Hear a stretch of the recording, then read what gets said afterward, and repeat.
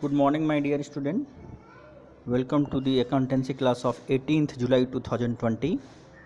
और जैसा कि मैंने आपको सुबह ही मैसेज कर दिया है कि आज हम लोग दो क्वेश्चंस जो है आज फुल क्वेश्चंस बनाएंगे, जिससे आपका रिवीजन भी हो जाएगा और आपका प्रैक्टिस भी हो जाएगा। और आप कृपया इस सभी सारे क्वेश्चंस को जो दिया जा रहा है इसका सॉल्यूशन, उसको आज के CW के रूप में आप अपने नोट कॉपी में लिख लीजिएगा 18 जुलाई 2020 के।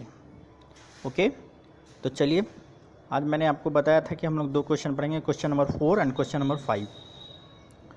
आइए हम लोग अब क्वेश्चन नंबर 4 को देखते हैं।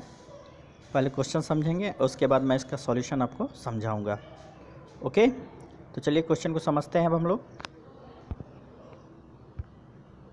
यही था हमारा क्वेश्चन नंबर 4। आप देख सकते हैं, हम लोग इसको हम लोग चेक करेंगे। Now see the asset side of the balance sheet. Cash है, कैश को हमें बेचने की ज़रूरत नहीं पड़ती है। देन स्टॉक है, देन डेटर्स में आप देखिएगा कि प्रोविज़न भी दिया हुआ है, तो आपको परेशान होने की ज़रूरत नहीं है। प्रोविज़न का मतलब ही होता है कि इस पर हम सोचे हैं कि इतना 1000 रुपया नहीं मिलेगा, 20,000 में से 1000 नहीं मिलेगा, ये हमने सोचा है। इसका अर्थ ये नहीं होता है कि 1000 रुपया मिला नहीं है, हमने सोचा, इसको प्रोविज़न है। आगे बढ़ते हैं। देन फर्नीचर है, प्लांट है, इन्वेस्टमेंट है, प्रॉफिट एंड लॉस, मतलब ये लॉस है। अगर यही क्रेडिट साइड में होगा तो ये प्रॉफिट कहलाएगा, लेकिन अगर ये एसेट साइड में है तो ये एसेट साइड मतलब डेबिट साइड में है तो इसका मतलब लॉस है, और लायबिलिटी साइड मतलब क्रेडिट साइड है, क्रेडिट है, इसका मतलब ये प्रॉफिट है। Okay, now come to liability side. Creditors है, बहुत जाना माना लायबिलिटी है। उसके बाद लिखा हुआ है मिसेस, ध्यान दीजिएगा, वहाँ लिखा हुआ है मिसेस डीज लोन। ये मिसेस का मतलब हो गया कि उसकी पत्नी ने दिया है, और जो पत्नी जो होगी, दीपक की जो पत्नी होगी, वो आउटसाइडर ट्रीट होगी, इनर लायबिलिटी ट्रीट नहीं होगा। तो इसको हम लोग जो है रियलाइजेशन अकाउंट में ट्रांसफ़र करेंगे। ओके, हम नेक्स्ट लायबिलिटी देखते हैं। ये पार्टनर का है, नीरू का लोन है ये। एंड देन रिजर्व फंड है जो कि अनडिस्ट्रीब्यूटेड प्रॉफिट होता है। एंड देन दोनों का कैपिटल है। ओके, तो ये हम लोग स्टडी कर लिए हैं। अब देखते हैं आगे क्या बोलता है बनाने।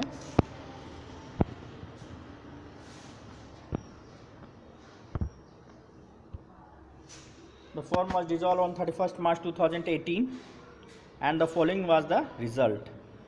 वो डिज़ोल्व हो रहा है और क्या रिजल्ट है देखिए, बोलता है दीपक टुक इन्वेस्टमेंट एट ₹8,000, यानी दीपक जो है इन्वेस्टमेंट ले लेगा, यानी इन्वेस्टमेंट को बेचने की ज़रूरत नहीं है, वो दीपक ले लेगा और अपनी पत्नी का भी लोन अदा कर देगा, यानी उसकी पत्नी का भी लोन दीपक अदा करेगा।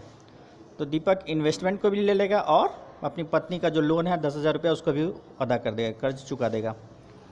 आगे बढ़ते हैं। Assets realise as follows. Assets क्या क्या रियलाइज हुआ है देखिए। स्टॉक 1000 लेस, यानी स्टॉक का जो भी वैल्यू होगा उससे 1000 रुपया कम उसमें मिला है। डेटर्स का साफ लिखा हुआ है 19,000 था हमारा, 20,000 था, इसमें 18,500 हमको मिला है। फर्नीचर 500 मोर, यानी फर्नीचर जो भी था अमाउंट उससे 500 रुपया ज़्यादा मिला है। एंड देन प्लांट जो है बोलता है 3000 लेस, जो भी प्लांट का वैल्यू है उससे 3000 रुपया कम मिला है। एक्सपेंसेस ऑन रियलाइजेशन 600, यानी 600 रुपया लगा है एक्सपेंस रियलाइज करने में, मतलब उसको रियलाइज असेट्स को बेचने और सब का खर्चा 600 रुपया है, ये कैश हुआ है। इसका जर्नल एंट्री हम बता देते हैं। इसका जर्नल एंट्री होगा realisation account debited to bank account. Creditors were paid 2.5% less discount, यानी जो भी क्रेडिटर का वैल्यू है 38,000 का क्रेडिटर है उससे 2.5% हम कम कर देंगे। आप 38,000 का 2.5% निकालिएगा तो आएगा 9,500। तो 38,000 में हम लोग उसको 950 रुपये को घटा देंगे तो आएगा 37,050, यानी इतना ही रुपया हमें पे करना है। तो ये रहा क्वेश्चन। अब इसमें बोलता है क्या करना है आपको। क्वेश्चन को देखिए, लेजर अकाउंट प्रिपेयर करना है जिससे कि जो है बुक क्लोज हो जाए।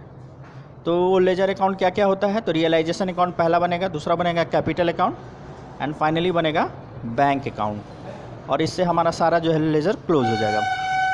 ओके, तो चलिए अब हम इसका सॉल्यूशन देखते हैं। सॉल्यूशन मैंने बना रखा है।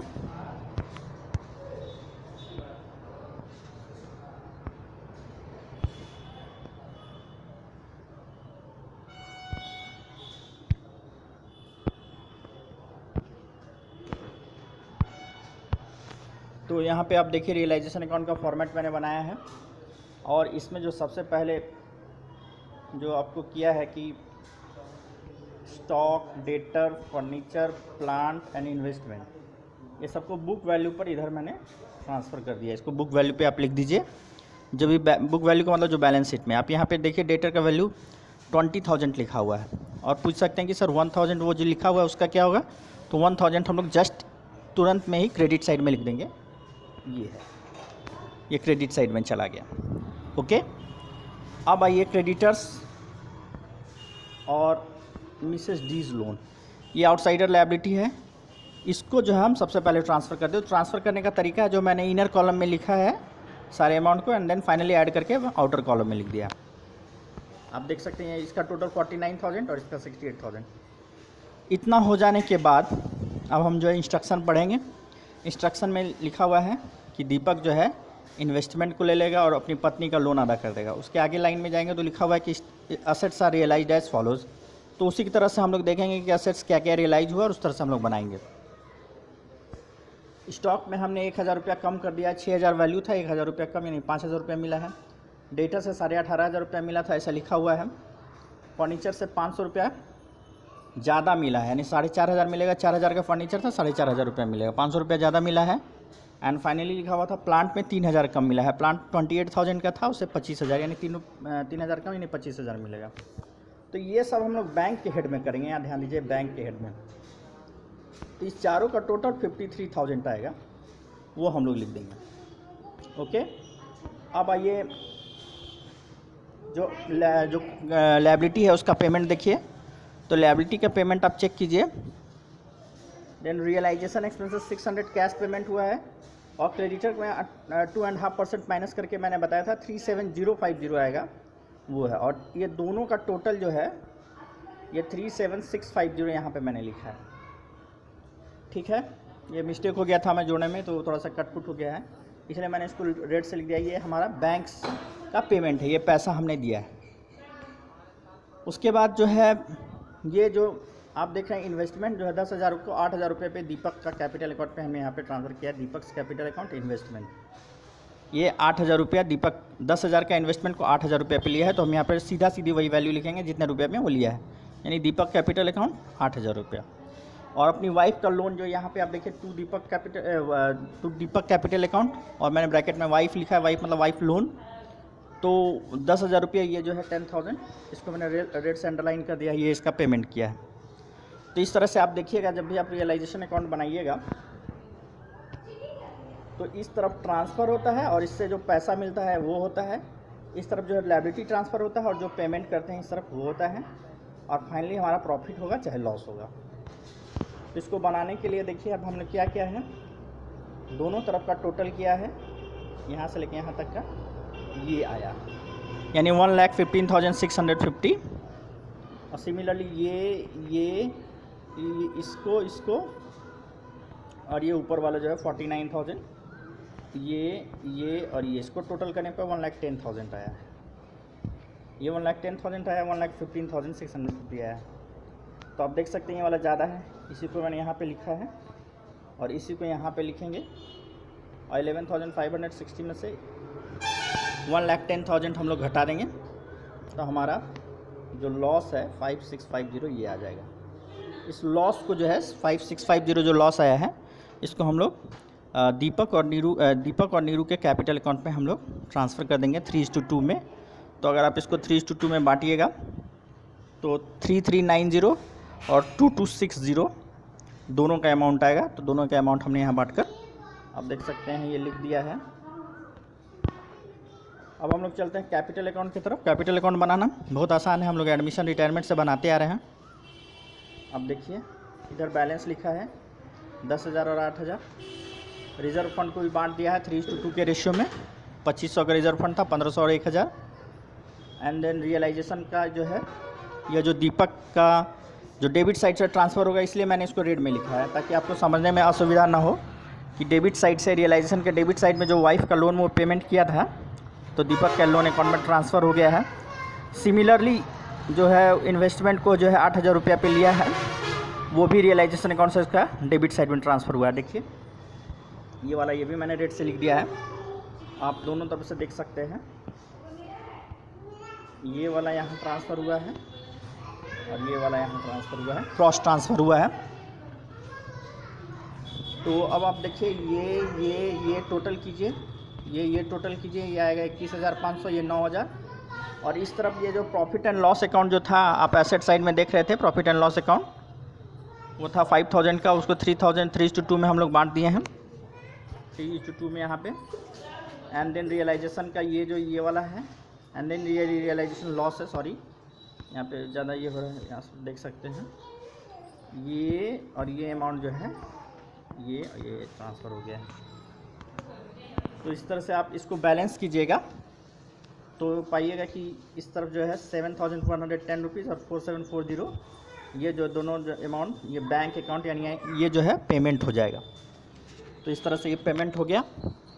अब हम लोग चलेंगे बैंक अकाउंट बनाते समय किस तरह से बैंक अकाउंट बनाते हैं। तो आइए,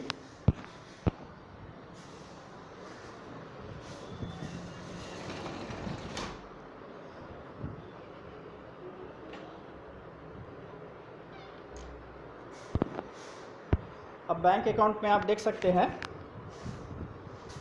कि ये कैश का बैलेंस मैंने ट्रांसफ़र किया है 11,500, वो बैलेंस शीट के एसेट साइड में दिया हुआ था। और ये 53,000 जो है वो रियलाइज़ होके आया था। वो 53,000 कहाँ से आया मैं दिखा देता हूँ आपको। ये यहाँ से क्रॉस ट्रांसफ़र हुआ है और ये पेमेंट जो है हुआ है, तो ये दोनों ट्रांसफ़र हो जाएगा। यानी 11,500 हमारे पास पहले से था, 53,000 जो है सारा एसेट्स को बेचने पर आया। टोटल हमारे पास पैसा हो गया 64,500। इस 64,500 में हमने रियलाइजेशन का एक्सपेंसेस और क्रेडिटर्स को पेमेंट किया था 37,650, वो हो गया। और ये आप देखिए ये अमाउंट और ये अमाउंट दोनों को दीपक और नीरू को पेमेंट हो गया, इसलिए मैंने इसको रेड से लिखा है।